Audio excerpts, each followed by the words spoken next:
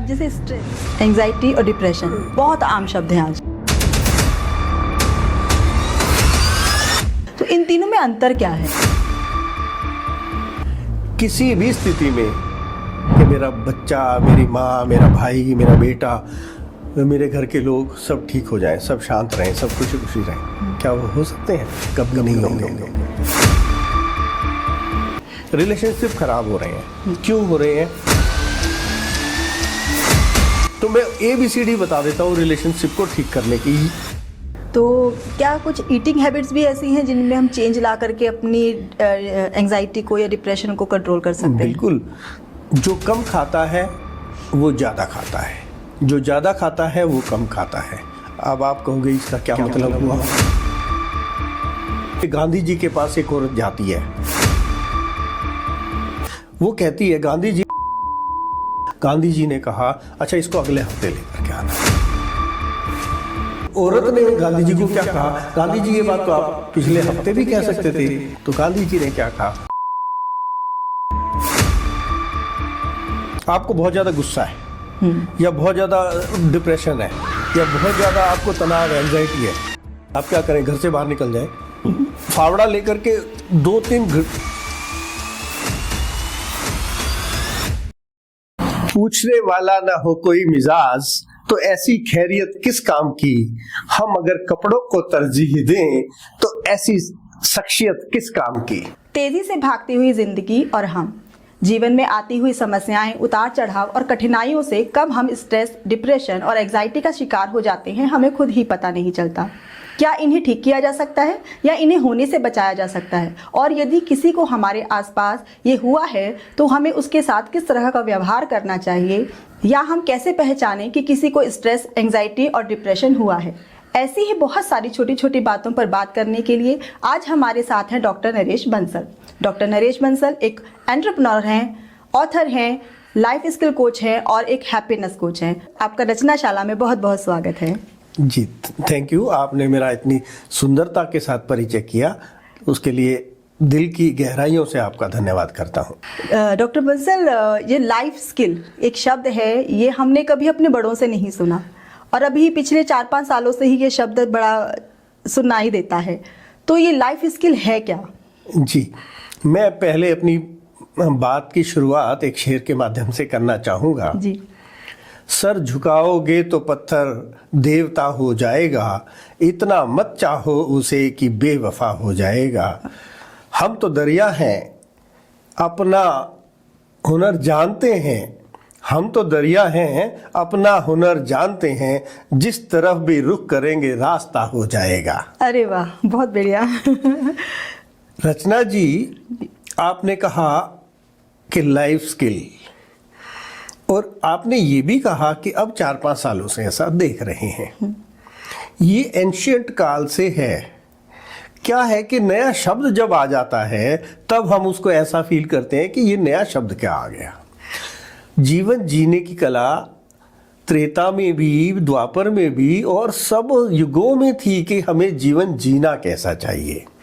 और यहाँ तक कि ये भी कहना चाहूँगा कि सभी जानते भी हैं कि हमें जीवन जीना कैसे चाहिए, हमारी लाइफ सुंदर कैसे होनी चाहिए। आपको ध्यान होगा संदीपनी मुनि के आश्रम में जाते थे, विश्वामित्र जी के पास जाते थे, राम लक्ष्मण जी और सभी के गुरु होते थे, और उनको जीवन के विभिन्न पहलुओं पर कैसे जिया जाए, जैसे भगवान राम का जीवन आप देखिए कितनी परिस्थितियों में किस प्रकार की अन्य अन्य क्षेत्रों में उनको जाना पड़ा, कैसी कैसी कठिनाइयों से उनको सामना करना पड़ा, पर वो कभी विचलित नहीं हुए। तो ये है कि जीवन जीने की कला। तो इसी प्रकार से आज भी हमें स्किलफुल, आज हम उसको स्किलफुल कह देते हैं कि भाई लाइफ स्किल क्या है, हमारे को जीवन जीना कैसे चाहिए। सबसे पहले मैं बताऊंगा कि लाइफ स्किल में क्या 2 शब्द हैं, लाइफ और स्किल। लाइफ क्या है?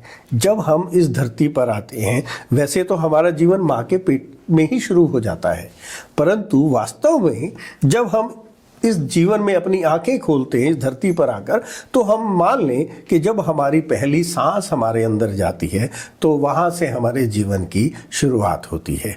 और पहले हम सांस लेते हैं, जैसे हमने एक सांस ली और फिर हम उसको सांस को छोड़ते हैं, और जब वो अंतिम वाली सांस निकल जाती है तो वो उसके बीच का जो स्पैन है वो हर व्यक्ति का अलग होता है, हर पशु पक्षी का, हर जीवित का अलग होता है। या यूँ कह सकते हैं कि धरती पे जो भी चीज़ आती है, बनी है, जन्मी है, कुछ भी है, उनका अंत होना निश्चित है।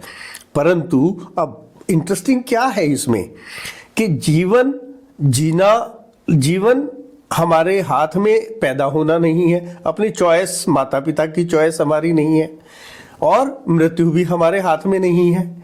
परंतु जो इसका जीवन का जो स्पैन है तो उसको जिया कैसे जाए, ये जिंदगी तो हमारी अपनी है ना, इसको तो हम अपने हिसाब से जी सकते हैं, इसके तो हम पल पल का आनंद ले सकते हैं। तो ये स्किल के साथ किया जाए। कोई भी कार्य जब आप करते हैं, आप तो एक टीचर हैं, आप बच्चों को हमेशा ये कहते हैं ध्यान से पढ़ो, माँ हैं आप, कहते हैं ध्यान से पढ़ो, ध्यान से बैठो, ध्यान से काम करो, ध्यान से जाना। बच्चों को कहते हैं ना ध्यान से ये काम करो, ध्यान से खा लेना, ध्यान से पानी पी लो। तो हर चीज को ध्यान मतलब सचेत होके, सजग होके, यानी टू बी फोकस्ड। जो भी काम करें तो हम जीवन को क्या ऐसे ही छोड़ दें? अरे भाई, जब हम छोटी छोटी चीजों के प्रति इतने सचेत हैं, इतने सजग हैं कि भाई पढ़ो, ध्यान से पढ़ो तो याद हो जाएगा, तो उसका रिजल्ट अच्छा होगा। तो हर चीज के प्रति हमारा क्या मतलब है कि भाई ध्यान से हर चीज के को एक फोकस है। तो लाइफ को क्यों हम ऐसे ही थोड़ी, ऐसे कैसे छोड़ दें? लाइफ कैसी होनी चाहिए? जैसी हम चाहें वैसा हमारे को रिजल्ट प्रोडक्टिविटी के साथ हो। ऐसे थोड़ी जी रहे हैं कि भाई जिस दिन भगवान ने बुला लिया हम और चले जाएं, परंतु इसके बीच का जो स्पैन है उसका आनंद तो हम ले सकते हैं। तो वो कैसे लिया जाए, तो वो मैं आपको अपनी बातचीत के दौरान धीरे धीरे बताऊंगा। तो इसका मतलब आपको जब भी आपने कहा कि हम ध्यान से पढ़ें, तो क्या आपको लगता है कि स्कूल्स में भी बच्चों को लाइफ स्किल्स सिखाए जाने चाहिए? बिल्कुल, डेफिनेटली, और वो सिखाया जाता भी है और हम जानते भी हैं। मैंने अभी कहा आपको कि हम ज़्यादातर जानते हैं, परंतु जानने के साथ साथ हम उस बात पे फोकस्ड नहीं होते। जब एक्शन का समय आता है ना, वहाँ हम कहीं ना कहीं पीछे हो जाते हैं। इसका अर्थ क्या हुआ कि हमें प्रैक्टिस नहीं किया जाता, हमें उस चीज़ की प्रैक्टिस नहीं करते। हमने एज ए टीचर कह दिया, उन्होंने सुन लिया, पर उसको इम्प्लीमेंट नहीं किया, ना करवाया गया। तो यदि इम्प्लीमेंटेशन हो जाए तो मजा आ जाए। आपको एक महाभारत की घटना याद होगी। द्रोणाचार्य पांडवों को ज्ञान दे रहे थे कि सच बोलना चाहिए, और ये पाठ है आज का, कल इसको याद करके लाना। चारों भाई याद करके ले आए। जब युधिष्ठिर से पूछा हुआ, उसने कहा गुरुजी मुझसे याद नहीं हुआ। द्रोणाचार्य बड़े नाराज हुए। उन्होंने कहा तुम्हें एक लाइन याद नहीं हुई? तो उन्होंने कहा जब तक मैं इसको अपने जीवन में उतार नहीं लेता तो मैं ऐसे कैसे कह सकता हूं कि मुझे ये याद हो गया। तो इसीलिए उनको धर्मराज युधिष्ठिर कहा गया। ऐसे ही अनेकों घटनाओं से इतिहास भरा पड़ा है। जब हम किसी चीज को, जैसे गांधी जी के पास एक औरत जाती है, वो कहती है गांधी जी मेरा बेटा शुगर बहुत खाता है, इसको मना करो, इसको समझाओ कि शुगर नहीं खानी चाहिए। गांधी जी ने कहा अच्छा इसको अगले हफ्ते लेकर के आना। वो औरत उसको अगले हफ्ते बच्चे को लेकर के फिर गई। तब उसने कहा कि बेटा शुगर मत खाया करो, ये अच्छी चीज़ नहीं है। तो गांधी जी, उस औरत ने गांधी जी को क्या कहा, गांधी जी ये बात तो आप पिछले हफ्ते भी कह सकते थे।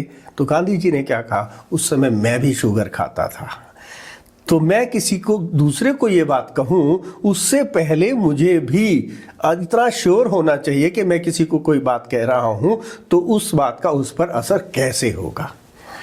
तो स्कूलों में निश्चित रूप से ये पढ़ाया जाना चाहिए और जीवन जीने की कला तो सिखानी चाहिए। तभी मैंने ये बात आपको कही कि एंशिएंट काल में भी था, आज भी है, परंतु इसमें एक थोड़े से सुधार की जरूरत है। वो क्या है कि उस पर फोकस हम टीचर्स को, हम पेरेंट्स को भी करना होगा। जब हम ये बात कहते हैं, मैंने महात्मा गांधी जी का उदाहरण स्पेशली इसीलिए दिया कि जब हम कहते हैं कि आप ये काम करो, तो उससे पहले क्या हम वो काम करते हैं? हम पढ़ाते हैं तो क्या हम ये देखते हैं कि हम बच्चों को ठीक से पढ़ा रहे हैं? और मेरी बात वो जब ही मानेगा जब मैं उसके सामने एक आदर्श होऊंगा। और मैं अपनी बात के अंदर भी इतना कॉन्फिडेंस तभी ला सकती हूँ या ला सकता हूँ जब मैं उस बात को खुद अडॉप्ट करूँ। बिल्कुल ठीक। बहुत बढ़िया, सही बात कही आपने। और अब ये तो बच्चों की बात हुई, अब हम थोड़े बड़ों पर चलते हैं। तो आप हम बड़ों को क्या ऐसे 2-3 टिप्स बताएंगे जिससे ये लाइफ स्किल्स के बिंदु वो सीख सकें कि हाँ, इन्हें अपनाकर हम एंग्जाइटी से, डिप्रेशन से या स्ट्रेस से दूर रह सकते हैं? मैं आपको पहले टिप्स से पहले ये बताना चाहूँगा कि स्ट्रेस, ये एंग्जाइटी, ये होता क्यों है। सबसे पहले हमें इसका कारण पता होना चाहिए, तब हम उसके निदान की बात करेंगे। वैसे तो मैंने पहले ही कह दिया है कि सब चीज़ें हम जानते हैं, परंतु आज जब हम ये पॉडकास्ट शूट कर रहे हैं तो मेरा ये दायित्व है कि मैं अपनी बात को इस प्रकार से समझा पाऊँ कि तुरंत उसका असर हो। देखिए, स्ट्रेस क्या है। आज कोई भी काम आप करते हैं, कोई भी बातचीत करते हैं किसी से भी, हमारा दिमाग हर समय चलता रहता है। एक तो हम किसी से बात कर रहे हैं, उसके उस दौरान भी हमारा दिमाग कहीं ना कहीं चलता रहता है। तो वो दिमाग हमारे को जब नेगेटिव बातें सोचता है या करता है तो उसके कारण से हमारा सर, हमारा दिमाग या हमारा शरीर कम काम करता है और भारी हो जाता है। होता क्या है कि जब आपको आज से 5 वर्ष पहले, 10 वर्ष पहले 1990 में किसी ने कोई बात कह दी और आप उस बात को लेकर आज तक चल रहे हैं, वो व्यक्ति उस बात को भूल गया, परंतु आज उस बात को, आज तक आप उसको बार बार ढोए जा रहे हैं। अब आपके सामने एक कप रखा है, मैं इसको कहता हूं आप इसको उठा लीजिए, तो आप कितनी देर तक उठा लेंगे इसको? ये कितना क्या वेट होगा इसका? 200-300 ग्राम। मैं इसको कहता हूँ आप इसको होल्ड कर लो, कितनी देर तक उठाएंगे? 5 मिनट, 10 मिनट, आधा घंटा। मैं कहूँ एक दिन उठा लो, तो क्या होगा? आप कहोगे मेरे बस का नहीं है, ये नहीं हो पाएगा, एक दिन तक मैं पागल हूँ मेरे से? और आपका हाथ दर्द करेगा। अगर उठा भी लिया शर्त के कारण भी, तो आपको हो सकता है दर्द की दवाई खानी पड़ जाए।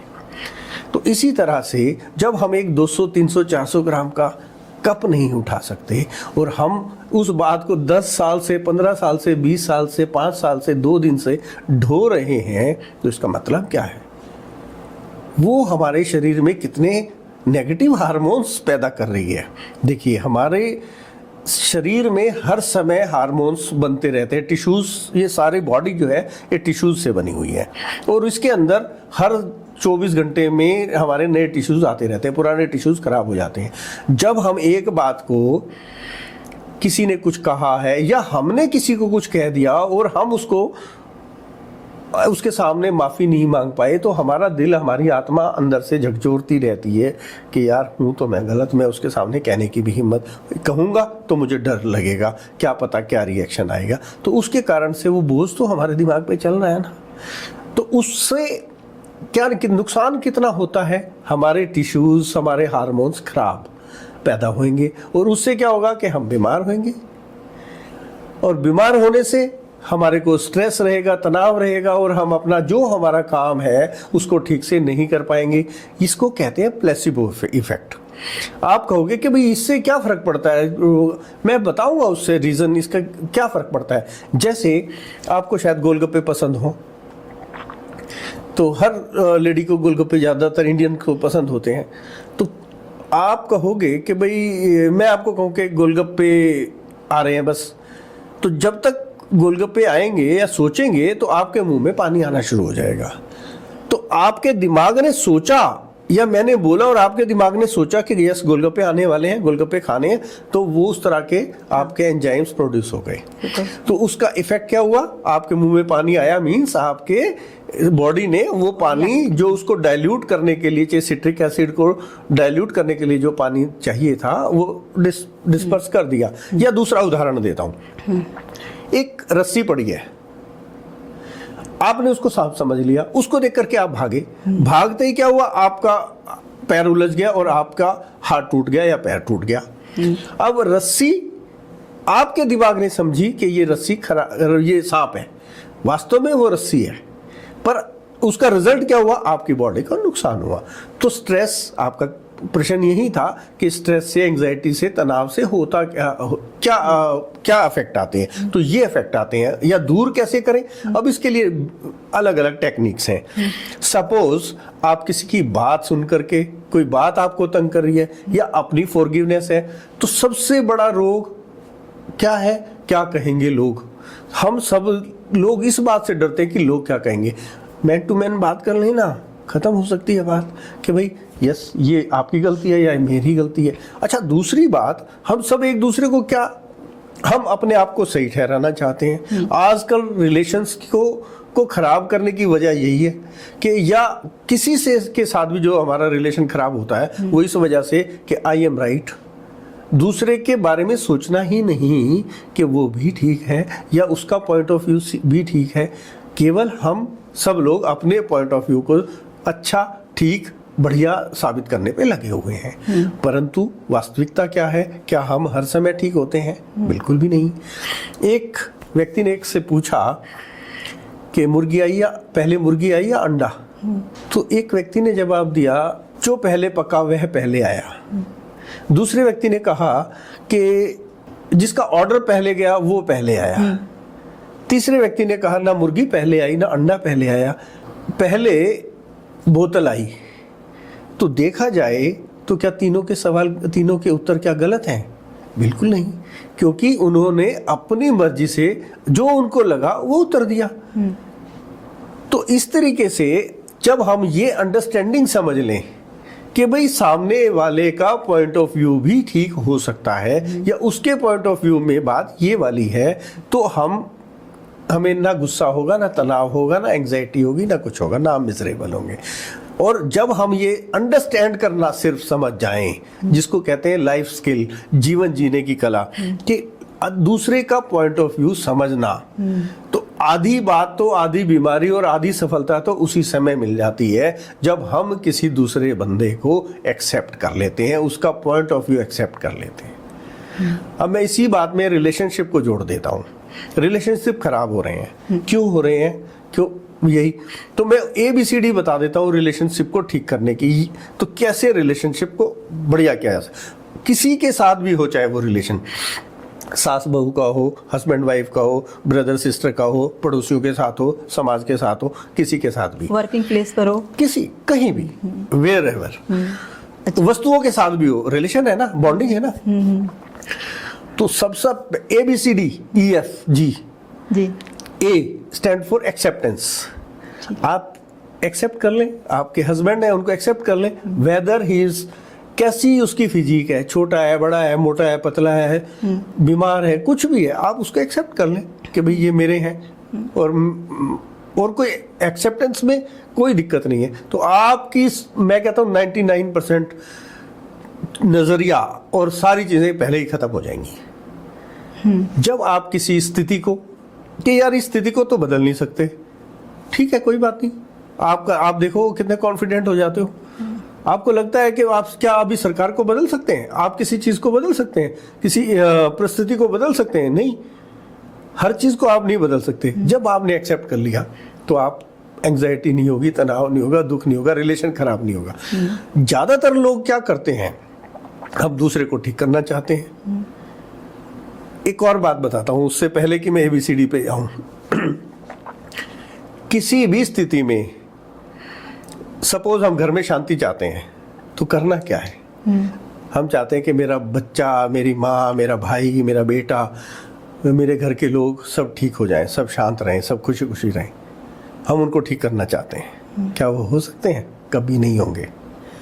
करना क्या है? और बहुत सिंपल है, आप शांत रहना शुरू कर दो, आप खुश रहना शुरू कर दो, और आप देखेंगे कि थोड़े दिनों के बाद खुशी, शांति हर झरोखे से, हर खिड़की से, हर दरवाजे से, पता नहीं कहाँ कहाँ से खुशी आनी शुरू हो जाती है।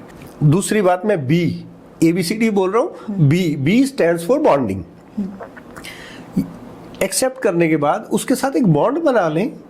यस, और जब आप बॉन्ड बनाते हैं, किसी के साथ भी आपकी बॉन्डिंग हो जाती है, आप उसके साथ एक्सपेक्टेशंस खत्म हो जाती हैं और आप उसका केयर करने शुरू कर देते हैं। उसको कितना अच्छा लगता है, आपको अच्छा, उसको नहीं भी लग रहा है तो आप ये समझ के कर सकते हैं कि मुझे अच्छा लग रहा है। मैं यदि किसी की केयर करता हूँ, मैं किसी चीज़ की भी केयर करता हूँ, या किसी व्यक्ति की केयर करता हूँ, तो नॉट फॉर दैट, अपनी शांति के लिए जब हम करेंगे तो बहुत अच्छा लगेगा। तीसरा, डेडिकेशन के साथ करें, वो डिटर्मिनेशन के साथ करें। यस, तो जब आप ऐसा करेंगे तो निश्चित रूप से रिलेशनशिप प्रगाढ़ हो जाने वाला है। फिर उसके साथ इमोशंस और जोड़ देंगे तो मैं कहता हूँ इतने मसाले और उसके बाद स्वाद, तो कितना वैल्यू ऐड हो जाएगी। इसी तरह से हर ए से जेड तक आप सारे कितने भी सारे उदाहरण, हर एब्रीवेशन को इस तरह से बना सकते हैं। तो ABCD जिस व्यक्ति ने अपने जीवन में रिलेशनशिप में अपना ली, सिर्फ ABC सीखना कितना आसान काम है। और रिलेशनशिप अगर किसी का खराब रह जाए तो आप मुझे आकर के पकड़ लेना कि भाई ये बंदा ठीक नहीं है। या इसके साथ साथ एक बात मैंने और भी कही है कि आप अपने आप को बदल सकते हैं, अपने आप को बदलना चाहिए। बदलना भी क्या, जैसा आप चाहते हैं दूसरों से वैसा व्यवहार करना चाहते कि हम मेरे साथ दूसरे वैसा व्यवहार करें, तो आपको अपना व्यवहार उनके साथ वैसा करना चाहिए। बहुत बढ़िया, बहुत सही बात समझाई आपने कि हमारे जो अल्फाबेट्स हैं उन्हीं को यूज करके हम बहुत सारे सॉल्यूशंस निकाल मात्र ABC so easy to learn, so easy to explain. Even explain भी किसी को कहना है तो बहुत आसानी से समझाया जा सकता है कि ABC सीख लो, आपका रिलेशनशिप देखो। आप एक बार तो व्यक्ति ये कह ही देगा, अरे मैम क्या बात कर दिया आपने। ठीक बात। अब जैसे स्ट्रेस, एंजाइटी और डिप्रेशन बहुत आम शब्द हैं आज कोई भी परेशान है तो कहेगा मुझे स्ट्रेस है, या मुझे एंजाइटी हो रही है, या मुझे डिप्रेशन हो रहा है। तो इन तीनों में अंतर क्या है, या एक से ही हैं, या है कुछ अंतर, या इन्हें कैसे पहचानें? देखिए, मेरा ये कहना है कि हम इस डीप में जाएं क्यों। क्या ये देखो, इसका मतलब क्या है, क्या हम वहां पर वाइफरकेट करके हम ये सोचना या ये समझाना चाहते हैं, हमें तो केवल अपना हमें क्या चाहिए फोकस। अभी हम बात कर रहे थे ध्यान से, तो हमारा ध्यान कहाँ होना चाहिए, हमारा ध्यान होना चाहिए हैप्पीनेस पे, हमारा ध्यान होना चाहिए आनंद पे, हमारा ध्यान होना चाहिए हमारे क्या गोल्स हैं उन पे हमारा फोकस होना चाहिए। ये जो एंजाइटी, ये बातें तो हमें अपनी डिक्शनरी से भी हटा देनी है। Why to go to understand कि ये हमें तो ये हमारे पास समय ही नहीं है। हमारे को तो इतना समझना है कि yes, what is my next, what I have to do next। पर कोई व्यक्ति है जो इस समस्या से गुजर रहा है, वो तो एक व्हर्लपूल में फंस जाता है। Right. उसको तो समझ ही नहीं आता कि हम बाहर कैसे आए। हाँ, अब वो ना उसको अपनी परेशानी पता है, तो जब परेशानी ही नहीं पता तो समस्या और हल क्या होगा। लेकिन जो उसके आसपास के लोग हैं जो समझ पा रहे हैं कि हाँ कुछ अलग हो रहा है, कुछ डिफरेंट हो रहा है, तो ऐसे में उनका क्या दायित्व है उस व्यक्ति के प्रति या उस शख्स के प्रति जो इस परेशानी से गुजर रहा है? जी नहीं, देखिए, जो भी व्यक्ति किसी भी इस तरह के, चाहे उसके कोई तनाव है, कोई मिजरेबल है, कोई कहीं पे उसको फील होता है। ऐसा नहीं है कि हर व्यक्ति खुश रहना चाहता है, हर व्यक्ति, लेकिन उसने अपने अंदर जो स्टोरियां बना रखी है ना, कि वो हर समय अपने अंदर स्टोरियां बनाता जाता है, तो उसको कहीं ना कहीं ये स्विच ऑन करना होगा। देखिए, जैसे यहाँ पर बहुत सारी एनर्जी फ्लो हो रही है, पर क्या वो आपको दिखाई दे रही है? नहीं दिखाई दे रही। तो लेकिन वो फ्लो हो रही है, फील भी नहीं हो रही है, बहुत कम फील होती है। बट अभी आप यहाँ पे इसकी ट्यूनिंग करते हैं, लाइक FM की ट्यूनिंग करते हैं, 95, 92.7, 93.5, एक छोटा सा फ्रीक्वेंसी, वो छोटी सी फ्रीक्वेंसी के ऊपर वो एकदम से चैनल चेंज हो जाता है। बिल्कुल। तो यहाँ पर वो फ्लो हो रही है पर दिखाई नहीं दे रही। इसी तरह से वो नेगेटिविटी भी सबके अंदर जहाँ भी रही है फ्लो हो रही है। अब उसको चेंज कैसे किया जा सकता है, जैसे आपने कहा दूसरों के प्रति, वो मैं बाद में बताऊंगा, पर खुद भी कैसे कर सकते हैं कि ये बात समझ लेना। जैसे हमारे साथ यहाँ पे 3-4 मोबाइल रखे हुए हैं, अगर मेरा नंबर डायल होता है तो मेरा फोन आता है, आपका नंबर डायल होता है तो आपकी घंटी बजती है, इनका नंबर आता है तो इनकी घंटी बजती है। तो इसका मतलब फ्रीक्वेंसी तो सारी यहीं पर है, परंतु जिसका नंबर डायल हो रहा है उसी की तो घंटी बज रही है। तो हमें क्या करना है, अपनी फ्रीक्वेंसी को चेंज करना है। जब हम अंदर से टूटे हुए, अंदर से तनाव में ऐसा फील करते हैं तो हमें पॉजिटिव थॉट्स में जाना चाहिए। क्या मैं इसलिए बनाऊं कि इससे होना क्या है? जब ये थॉट आएगी कि इससे होना क्या है, ये तो परिस्थिति को एक्सेप्ट कर लिया। मैंने बोला वस्तुओं को भी एक्सेप्ट कर सकते हैं, परिस्थितियों को भी एक्सेप्ट करते हैं। जब हमने चल यार ये ऐसा ही है, अब एक पागल आदमी जा रहा है, रास्ते में से जा रहा है, तो आप क्या उसके साथ लड़ने लग जाएंगे या उसके साथ आर्ग्यू करेंगे या उसको ये साबित करने की कोशिश कर नहीं भाई तू पागल है? या कोई चीज़ ऐसी है, कोई पशु भी है या कुछ भी ऐसी चीज़ आपके सामने रास्ते में पड़ जाती है, तो क्या आप उसको ठीक करने लग जाएंगे या उसको ये साबित करेंगे नहीं भाई तू गलत है? ये हमारा ध्येय नहीं है। हमारा ध्येय क्या है? जो सही लोग हैं, जो ठीक हैं, जो डिप्रेशन में नहीं है, वो क्या करते हैं? आगे निकल जाते हैं।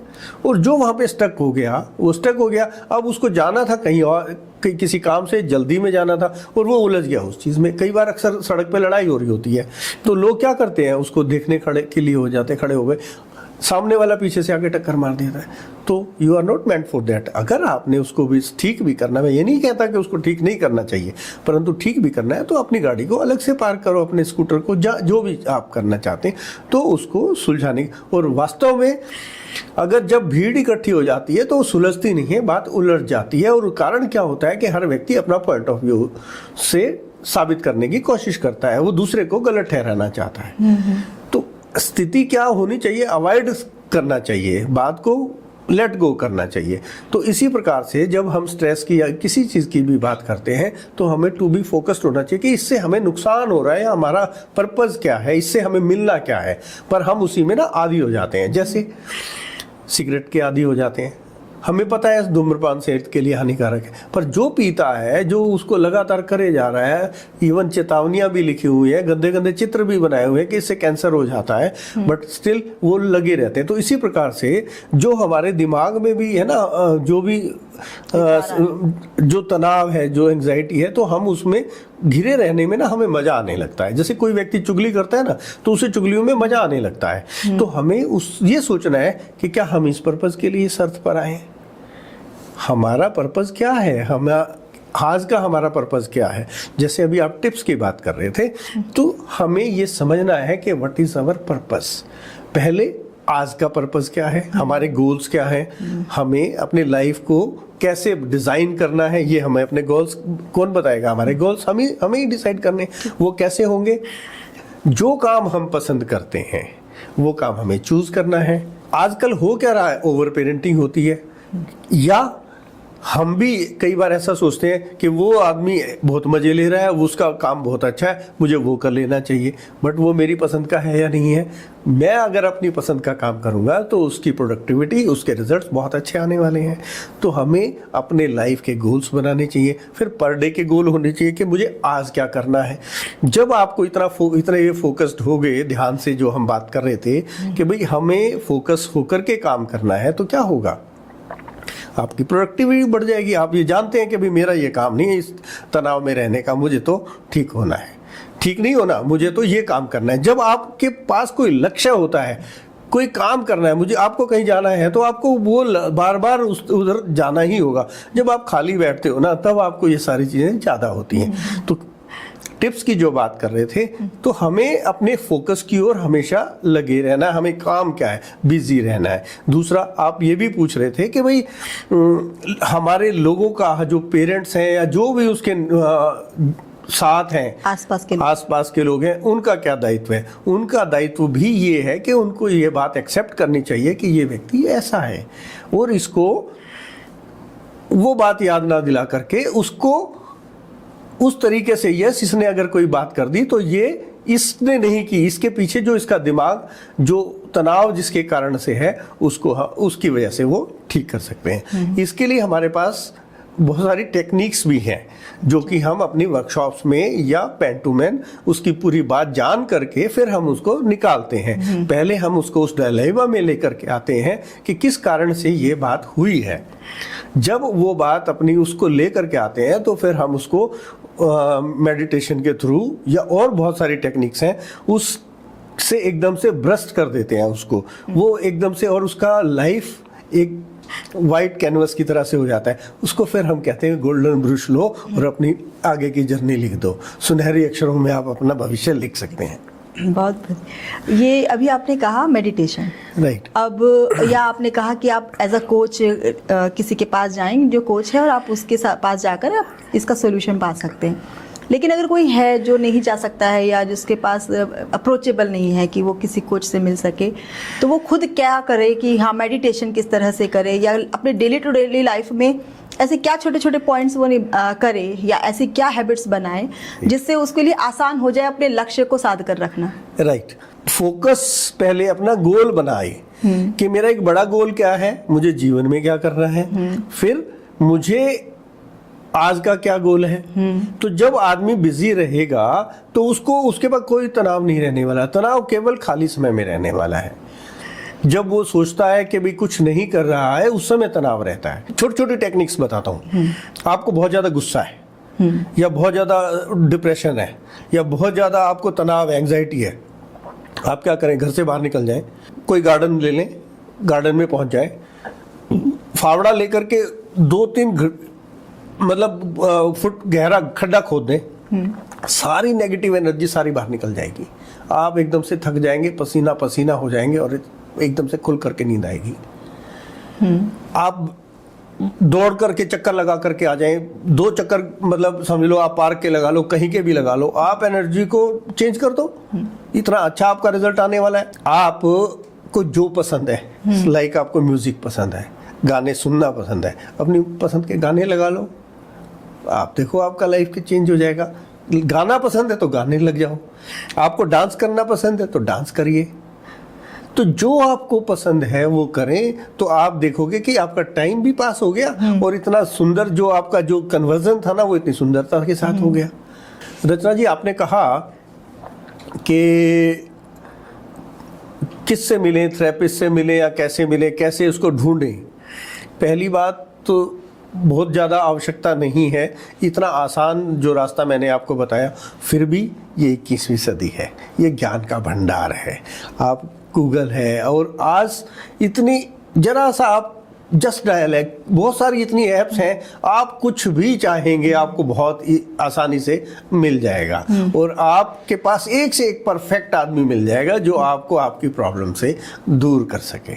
ये 21वीं सदी इतनी सुंदर सदी है जिसमें हम पैदा हुए हैं, निश्चित रूप से मैं इसको प्रणाम करता हूँ। और आपको कुछ भी चाहिए, केवल आपके पास एक प्रश्न होना चाहिए और उत्तर की लाइन लग जाएगी। आपने कहा कि मेडिटेशन के थ्रू, यस, मेडिटेशन ऐसा है, यदि आप मेडिटेशन की थोड़ी सी भी प्रैक्टिस कर लेते हैं, मेडिटेशन का मतलब जनरली स्पिरिचुअलिटी को हमने इतना ज़्यादा भारी शब्द बना दिया है, जैसे आपने बैठते ही स्किल की बात की थी, लाइफ स्किल की बात की थी, और ये है इतना आसान जैसे मैंने आपको समझाया कि ध्यान से बैठो, ध्यान से उठो, ध्यान से जो भी काम करना है, ध्यान से पढ़ो, ध्यान से खाओ, दैट इज़ मेडिटेशन। जो काम आप कर रहे हैं उसको फोकस के साथ, थोड़ा सा सावधानी से, सचेत होकर के, सचेत सजग कि मैं ये काम कर रहा हूँ, मैं आपसे बात कर रहा हूँ, बस यही मेडिटेशन है, यही ध्यान है, ध्यान से बात करना हुआ। तो लेकिन क्या होता है, एक होता है हमारे शरीर को, जब हम अपने शरीर को आंखें बंद करके और शरीर को देखते हैं तो उसका कनेक्शन अपने आप से जुड़ जाता है कि ध्यान में बैठे और आपने अपने शरीर के साथ, फिर हमने उसके बाद अपनी आंखों, अपनी सांसों के साथ, मैं और मेरी बॉडी, मैं अलग हूँ, मेरी बॉडी अलग है, मेरी है ना ये, तो मेरा नाम तो मेरा है, तो मैं तो अलग हूँ ना। तो इसी प्रकार से मेरी बॉडी, शरीर से को मैंने जब अपने आप को स्थिर कर लिया, उसके बाद मैंने अपनी सांसों को स्थिर कर लिया, सांसों को देख लिया, मेरी सांस आ रही है और जा रही है। तो जब मैंने देखा, ये तीसरी चीज़ है। उसके बाद मन को देख लेना कि ये मेरा मन, इसमें बहुत सारे थॉट्स आ रहे हैं और जा रहे हैं। अब यहाँ पर रेस्ट्रिक्ट नहीं करना, उनको रोकना नहीं है। मैक्सिमम लोग ध्यान की जब बात करते हैं वो कहते हैं हमसे होता नहीं है। उसका रीज़न क्या है? वो ये सोचते हैं कि मैं ध्यान में जा रहा हूँ, परंतु वो मेरे दिमाग में कोई बात ना आए, और मेरा रिलेशनशिप के लिए या सब चीज़ों के लिए एक ही कहना है, एक्सेप्टेंस। जब आप कोई भी ध्यान में कोई भी बात आ रही है, उसको आने दें, रोके ना। रोकेंगे नहीं तो वो अपने आप रुक जाएगी। जब हम किसी चीज़ को रोकने की कोशिश करते हैं तब वो नहीं रुकती है। तो वो अपने आप रुक जाएगी। मन हो गया, उसके बाद सिर्फ फिर आत्मा। फिर जब आप आनंद उसके इंटेलेक्ट के साथ अपने साथ जुड़ जाते हैं, पहले आपका शरीर, फिर आपकी सांसें, फिर आपका मन, और जब उसके बाद केवल आप, जब आप अपने से जुड़ जाते हैं तो निश्चित रूप से आप इतने हल्के हो जाते हैं, इतने हल्के फील करते हैं कि आपका बात करने का भी मन नहीं करेगा। तो आप करके देखिए, कोई भी व्यक्ति जो ये कहता है कि मुझसे मेडिटेशन नहीं होता, मैं आपको उसी समय मेडिटेशन करवाऊंगा और आप कहोगे मुझे समय का पता भी नहीं चलता, पता ही नहीं चला कितना समय निकला, और आप इतने लाइट और एनलाइटन फील करते हैं कि आपका जीवन 360 डिग्री बदल जाता है। तो इसका मतलब आप कहते हैं कि मेडिटेशन थेरेपी या किसी कोच की हमें मदद लेनी चाहिए अगर हम नहीं कर पा रहे हैं तो? नहीं, जरूर कर पाएंगे, और थेरेपी लेनी या किसी कोच को जरूर उससे कंसल्टेंसी करनी चाहिए, क्योंकि हर व्यक्ति परिपूर्ण नहीं हो सकता। अगर मैं ये चाहूँ कि मैं इंजीनियरिंग भी मैं ही कर लूँ, मैं ही डॉक्टरी भी कर लूँ, मैं ही वकालत भी कर लूँ, मैं ही सीए भी कर लूँ, मैं ही सब कुछ कर लूँ, तो ये कैसे पॉसिबल है? तो हर चीज़ के एक्सपर्ट्स हैं, मेंटल हेल्थ के अलग हैं, फिजिकल हेल्थ के अलग हैं, तो हर व्यक्ति हर एक चीज़ अपने अपने काम में निपुण है, तो उनकी सहायता और उनकी हेल्प और उनसे हमें गाइडेंस जरूर लेनी चाहिए। और कई बार हमें ऐसे लगता है कि भाई हम अप्रोचेबल नहीं है, और मिल भी गया तो उससे हम हेल्प ले कैसे? कई बार आप कहते हैं फाइनेंस, मैं समझता हूँ फाइनेंस का इतना इशू आएगा नहीं, क्योंकि आपके साथ बहुत सारी आज इतनी संगठन, इतनी संस्थाएं भी जुड़ी हुई हैं जो आपको इतनी आवश्यकता भी नहीं पड़ेगी। लेकिन यदि आप चाहेंगे तो आपको सब कुछ मिल जाएगा। दूसरी बात, आप कितना बड़ा से बड़ा, महंगे से महंगे व्यक्ति के पास भी अगर आपने गाइडेंस लेनी है, उसकी ऑटोबायोग्राफीज, हाउ ही डज, उसकी सब की चीज़ें सब नेट पे भी उपलब्ध हैं, या उनसे भी बड़े बड़े डॉक्टर्स की, सब लोगों की ऑटोबायोग्राफीज मिल जाएंगी। ऐप्स इतनी अच्छी अच्छी हैं जिनके थ्रू आप सीख सकते हैं। तीसरा, आप कोई जीवंत व्यक्ति हैं या जीवंत व्यक्ति नहीं भी हैं, तो इतनी अच्छी बात बताने वाला हूं, आप सरेंडर कर दें, उसके सामने समर्पण कर दें और उसको कहो अब आप ही देखो, आप ही बताओ मैं क्या करूं, मेरे को तो बस ऐसा करना है। तो अब उसकी जिम्मेदारी आपको उस स्थिति से निकालना। किसी भी फील्ड की बात कर रहा हूं मैं, केवल स्ट्रेस की बात नहीं कर रहा, मैं किसी भी फील्ड में आप ये बात करो जो आपसे स्ट्रेस, जिसको आप समझते हैं, आप उसके सामने समर्पण कर दें।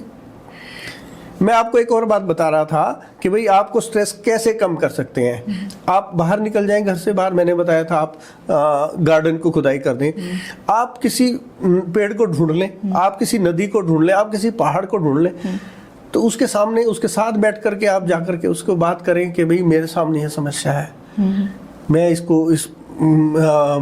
ये मुझे जीने नहीं देती, मेरे को इसका निवारण चाहिए। आप अनपोर हो जाओगे, और जैसे ही आप अनपोर हो जाते हो, आपके अंदर एक लाइटनेस, एक एनलाइटमेंट आ जाती है, तो आप इतने हल्के हो जाते हो, इतनी सुंदरता के साथ आप अपना दिन और अपना जीवन बना सकते हो।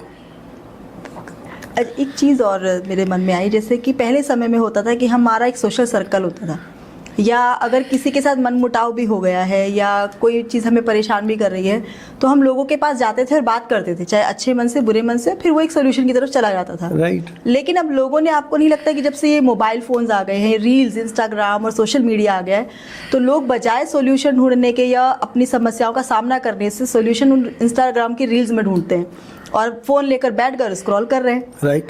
तो क्या ये भी एक बहुत बड़ा कारण नहीं है कि इंसान अपने लाइफ स्किल्स से पीछे होता जा रहा है, अपने जीवन जीने की कला से बहुत दूर होता जा रहा है? नहीं, बिल्कुल नहीं। सोशल मीडिया के कारण या रील्स के कारण या किसी ऐसी चीज़ के कारण हमारा ज़्यादा समय खराब हो रहा है। जब जो व्यक्ति डिप्रेशन को फील कर रहा है, स्ट्रेस को फील कर रहा है, मैंने कहा आप अपनी मनपसंद का काम करें, तो ये तो वो तो खुद रेमेडी कर रहा है। वो अपनी मनपसंद, अगर उसको रील्स देखने में मजा आ रहा है तो उस समय उसको स्ट्रेस नहीं हो सकता, उस समय वो परेशान नहीं होगा।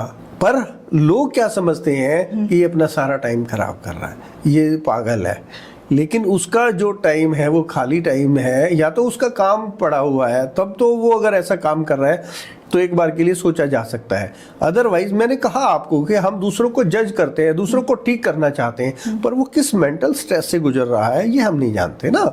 तो हम ये कहते हैं कि भाई नहीं, ये सारा दिन फोन में लगा है। तो आप ये देखिए, आज जो चीज़ें मैंने कहा ये 21वीं सदी है, ये किस तरह से हो रहा है, आपके क्वेश्चंस का आंसर कैसे मिल रहा है, चाहे रील से मिल रहा है, चाहे इंटरनेट से मिल रहा है, वो देख रहा है तो उसको मिल जाएगा, उसको कम से कम ढूंढना तो आ गया, और वो उसका रिजल्ट अच्छा ही मिलने वाला है। और जो आप अपनी पसंद का जब भी काम करते हैं तो निश्चित रूप से आपके अंदर अच्छे वाले ही हार्मोन्स एंजाइम्स निकलते हैं, जिसका आपकी ना केवल मानसिक रूप से बल्कि शारीरिक रूप से भी उसका आपको बेनिफिट मिलने वाला है। तो क्या कुछ ईटिंग हैबिट्स भी ऐसी हैं जिनमें हम चेंज ला करके अपनी एंजाइटी को या डिप्रेशन को कंट्रोल कर सकते हैं? बिल्कुल बिल्कुल सही कहा आपने, क्योंकि यदि देखिए, जो कम खाता है वो ज़्यादा खाता है, जो ज़्यादा खाता है वो कम खाता है। अब आप कहोगे इसका क्या मतलब हुआ? जो कम खाता है वो ज़्यादा खाता है, जो ज़्यादा खाता है वो कम खाता है। देखिए, जो जब खाना खाने बैठे जो व्यक्ति कम खाना खाएगा वो लंबे समय तक जिएगा, तो वो ज़्यादा देर तक खाना खाएगा, लंबे समय तक खाना खाएगा। और जो ज़्यादा खाना खा लेता है, एक ही बार में बैठ कर के ज़्यादा खाता है, उसकी आयु कम हो जाती है। जो भर पेट खाना खाता है तो वो कम देर तक, यानी कि उसकी आयु कम होगी तो वो कम दिनों तक खाना खा पाए, कम वर्षों तक खाना खाएगा। अब आए हम भोजन कैसा लें। भोजन हमें सात्विक भोजन लेना चाहिए। हमारे शरीर की बनावट है या हमारा शरीर किस तरह से बना हुआ है, यहाँ पे 70% वाटर है, तो हमें वाटर की इंटेक की कैपेसिटी, अर्थ पे भी 70% वाटर है, तो हमें उसके साथ इसको कोऑर्डिनेट करना होता है। तो हमें ज़्यादातर फलाहार या हरी सब्जियां या इस तरह की चीज़ें जब हम लेते हैं अपने, अगर हम 70% पानी को इंटेक कर लेते हैं तो निश्चित रूप से हमारा ना केवल शरीर बल्कि हमारा मन भी एकदम से सुंदर हो जाता है। और बहुत सारे ऐसे डाइटिशियंस और गाइड करने वाले हैं, पर बात ये होती है कि हम जानते तो सब कुछ हैं पर मानते नहीं हैं। मानते भी हैं पर करते नहीं हैं। हम सब जानते हैं कि सुबह जल्दी उठना चाहिए, सैर को जाना चाहिए, एक्सरसाइज करनी चाहिए, पर how much of us? This is why. अब ये तो चलिए वो लोग हैं जो जिनका काम दिन भर का है, लेकिन अभी जो कल्चर डेवलप हुआ है, जब से कोऑपरेट कल्चर आया है, तब से नाइट ड्यूटीज़ भी लोगों की होती है। अब उन लोगों के लिए बड़ी समस्या होती है, रात भर काम कर रहे हैं, दिन में सो गए। जब हमारे यहाँ कहा जाता है कि सुबह आप व्यायाम करिए, या दिन में हमारे यहाँ सोना इतना अच्छा नहीं माना जाता, लेकिन उन लोगों के पास एक अलग तरह का स्ट्रेस दिखा है। तो वो लोग क्या करें जिससे कि वो इससे बच सके? नौकरी तो करनी है, जी, काम तो करना है, कोई सोल्यूशन तो उसका है नहीं। तो वो लोग क्या करें जिससे कि वो थोड़ा सा अपनी एंजाइटी या स्ट्रेस को कम कर सके? देखिए, स्ट्रेस और एंजाइटी क्या बनी क्यों, वो तो हम इतनी बार डिस्कस कर चुके हैं। वो तो हमारी थॉट्स जो हमने खुद बनाई हुई हैं, जिनका कोई लेना देना नहीं है। हम किसी थॉट्स को अपने को इतना हाई लेवल पे उसके बारे में विचार ही करे जा रहे हैं, इसलिए वो हो रही है। ठीक है। दूसरी बात कि भाई टाइम जरूरी नहीं है कि भाई क्या था कि पहले की बनावट हमारी इसी तरह की थी, हमारे पास संसाधन नहीं थे, ना लाइट थी ना कुछ था, और हम केवल दिन के कुछ ही घंटे उपयोग कर पाते थे। अब तो 21वीं सदी है ना, अब तो आप 24 घंटों का ठीक से उपयोग कर सकते हो। मैंने समय की इस तरह से नहीं बताया कि हमें सुबह करना चाहिए। जब भी हम उठते हैं, अगर हम रात को काम कर रहे हैं किसी अपने पसंद की वजह से या किसी मजबूरी के कारण भी, तो हमें अपनी काम को उसी तरह से हमें मैनेज करना होगा। हमें अपने गोल्स उसी तरह से बनाने होंगे। हमें जैसे जीवन में 6 आयाम होते हैं, हेल्थ है, वेल्थ है, आपका सोशल सर्कल है, आपका फैमिली है, आपका बिजनेस है, स्पिरिचुअलिटी है। आप सभी में कैसे इक्विलिब्रियम स्थापित कर पाए, वो कैसे होगा? आपको जिस समय आपकी नौकरी है उसी समय तो नौकरी करेंगे, तो बाकी का समय अपने घर वालों को भी, उनको भी पता है कि भाई इसकी नौकरी है, कोई डिस्टर्ब भी नहीं करता है, तो सबको पता है, सब अंडरस्टैंड करते हैं। तो उसी तरह से अपने आप को, भाई मेरा कितने बजे उठता हूँ, तो उस समय भी आजकल 24 आवर्स के जिम्स हैं, और बाहर अंदर सब जगह एक्सरसाइज की जा सकती है, सब जगह हर चीज को मैनेज किया जा सकता है।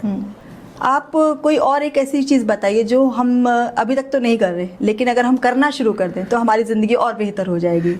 नहीं, सभी लोग कुछ ना कुछ करते ज़रूर हैं, पर कई बार उसको रिकग्नाइज नहीं करते, कई बार हम लोग ये नहीं करते, उसको पहचान नहीं पाते, और करते सभी हैं।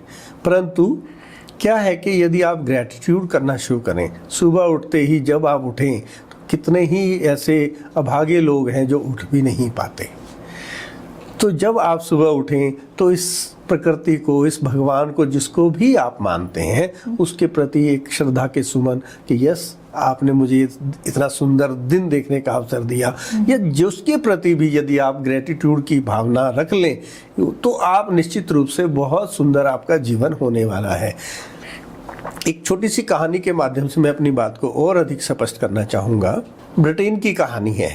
एक व्यक्ति थे, फार्मर थे, किसान थे, तो उनको आवाज़ सुनाई दी एक बच्चे के रोने की।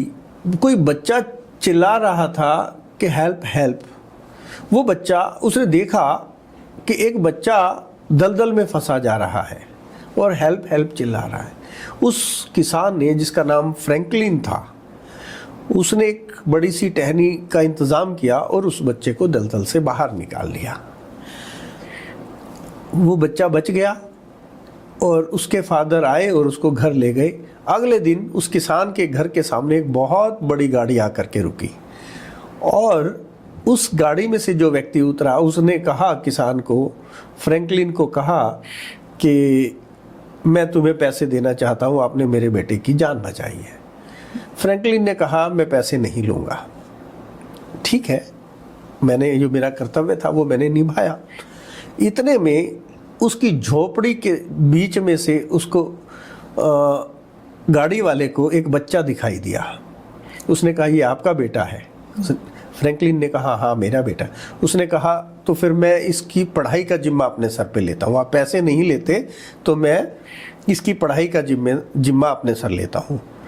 फ्रैंकलिन के पास कोई ना करने का कोई विचार नहीं था, कोई ऑप्शन नहीं था, क्योंकि हर व्यक्ति, हर माँ बाप अपने बच्चे को अच्छी शिक्षा देना चाहता है, उसके भविष्य के विषय में उसके प्रति थोड़ा जागरूक रहता है।